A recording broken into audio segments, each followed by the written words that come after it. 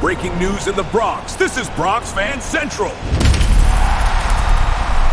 News 1. Louis Gil demoted. This situation involving the Yankees might explain a lot about where this team stands right now. A decision made in a matter of minutes right after the final whistle left the Bronx in shock and split the internet in half. No one saw it coming this fast. On Sunday afternoon, the Yankees wrapped up their series against the Houston Astros with a 7-4 loss.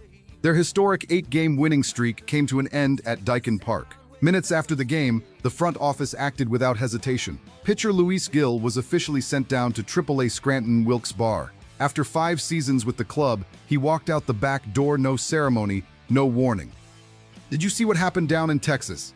Gil took the mound, and it was a disaster from the first through the 4th inning. 5 hits, 6 runs, 3 walks. If you watch the full game, you know exactly what I'm talking about. You could see it on his face, something was fundamentally wrong. And the fans following live on X had seen enough. To understand how big this is, think back to 2024. Gil had a season that made the Bronx dream: 15 wins, 7 losses, a 3.50 ERA in 29 games. He was one of the most promising names in the Yankees rotation. Young, electric arm, future locked in. But 2026 arrived with a completely different version of the player one that no longer convinces. This decline didn't happen in a week. It built up inning by inning. What stands out here isn't just the demotion, it's the speed. The game ended, and minutes later the announcement was already up on the Yankees' official X account. That's not routine, that's a message. Chris Kirschner of The Athletic said during the game itself that Gil hadn't been a viable starter for over a year. And when a respected reporter says that live while the pitcher is still on the mound, it means there were no more doubts behind the scenes. The decision had already been made well before the 9th inning. This is Ryan Carter, and I've got to be honest with you. I expected this to happen, but not this fast. Part of me thought they'd wait 1 more game, maybe 2. Give him another shot. But you know what? I'm relieved they didn't. Giving another start to a pitcher who has lost control, lost confidence, and lost the opponent's respect.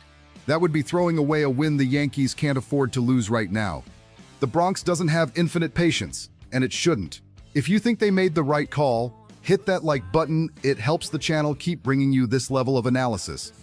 But there's another layer to this story that most people are ignoring. The Yankees don't actually need a 5th starter right now. The schedule helps them.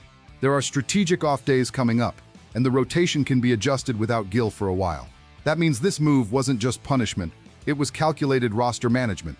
Opening a spot on the active roster right now creates room to bring in someone the team actually needs, whether that's an extra bat or a fresher bullpen arm. Think about it. Fans online are already suggesting that Jason Dominguez could be called up as a designated hitter during the upcoming road games. Can you imagine that? Using Gil's roster spot to bring Jason back to the big league roster for a few games in Texas? That would be a slick move. It shows the Yankees aren't just reacting, they're planning 2 steps ahead while their opponents are still trying to understand the first. But here's the risk. If Rodon and Cole are still weeks away from returning, there will come a point when someone has to consistently fill that starter role. Who's that going to be? Schlittler showed an impressive outing against the Red Sox, but putting a young arm under playoff race pressure is a different story than one good start. The real tension here isn't whether Gil comes back, it's who holds this rotation together until Cole returns to Yankee Stadium at full strength. I look at this and see a front office that lost patience at exactly the right time. Not too early, not too late. And you, as a fan, need to understand what this signals. The 2026 Yankees have 0 tolerance for mediocrity on a team that's sitting at 18 wins and 10 losses, leading the American League East. They're on top, and if you can't keep up, you're out. Simple as that. Louis Gil is 27 years old. He's shown he has talent. But talent without consistency in the Bronx doesn't last long. AAA might be exactly what he needs to rebuild his arsenal, regain confidence, and come back different. Or it could be the beginning of the end of his time in pinstripes. Nobody knows yet, but the clock is now working against him. Gil is out. The Bronx moves forward, and what comes next could change everything. Don't close this video yet, we're moving on to today's next development. News 2. Severino on the Yankees' radar. A name has leaked behind the scenes of baseball's Wall Street, and it carries a gold glove, a CY Young candidacy, and $67 million in baggage. The Bronx might be on the verge of making a move nobody expected. According to sources from Sports Illustrated and The Sporting News, the New York Yankees are monitoring pitcher Luis Severino, currently with the Oakland Athletics on a $67 million contract. A two-time All-Star, Severino has already finished among the top 3 in Cy Young voting and is a Gold Glove finalist.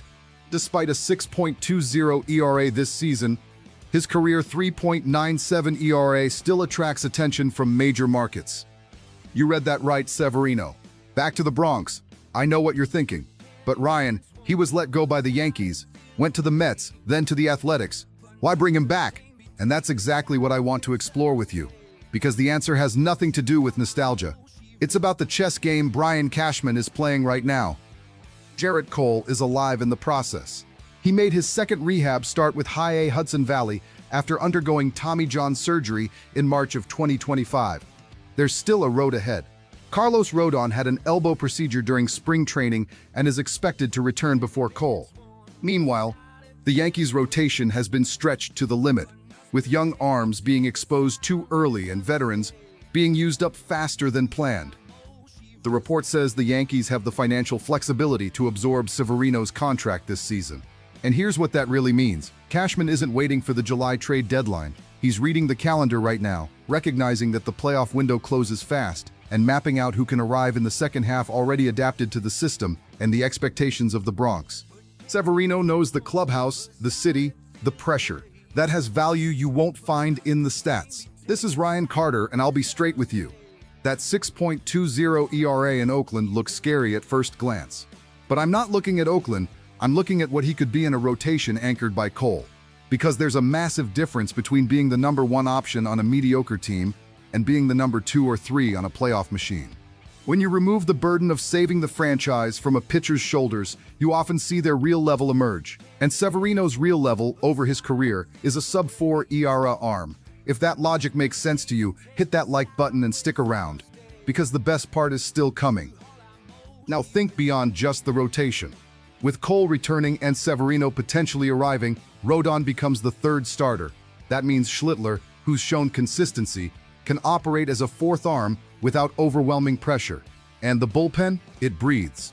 Because one of the main reasons relievers burn out by October is the overload of innings during the summer when the rotation breaks down. Building a deep rotation now is a direct investment in roster health for September. Do you understand what's at stake here? The Yankees are sitting at 18 wins and 10 losses, leading the American League East. That lead was built with a patchwork rotation, injuries, and young players holding the line. When Cole returns and the rotation stabilizes, this team becomes even more dangerous. Add Severino to that equation, the question stops being, will the Yankees make the playoffs? And becomes, how far can they go? But there's a real tension here that nobody wants to openly address. Severino has an injury history. He's spent years battling shoulder and elbow issues, bringing him back to a roster that already has Cole coming off Tommy John and Rodon recovering from an elbow procedure. That's stacking risk on top of risk. If the franchise bets big on Severino and he breaks down midway through the second half, Cashman will have a massive problem with very little time to fix it. I look at that risk and still think it's worth taking, because the cost of doing nothing also has a price. Standing still while the Red Sox, the Rays, and other division rivals reinforce their rotations is how you watch your lead disappear. And if you've followed this team for years, you know how unforgiving October can be for teams running on fumes. Severino is a calculated gamble, and calculated gambles are exactly what this moment demands. Severino returning to the Bronx wouldn't just be a transaction, it would be a symbol. The return of a player developed by this organization, carrying the Yankees' identity in his DNA, arriving for the most important stretch of the season. That carries emotional weight beyond ERA and Gwell. And sometimes in October, that's exactly what makes the difference. The Bronx is loading up. Cole is coming back. Severino could be next. The dream rotation is starting to take shape.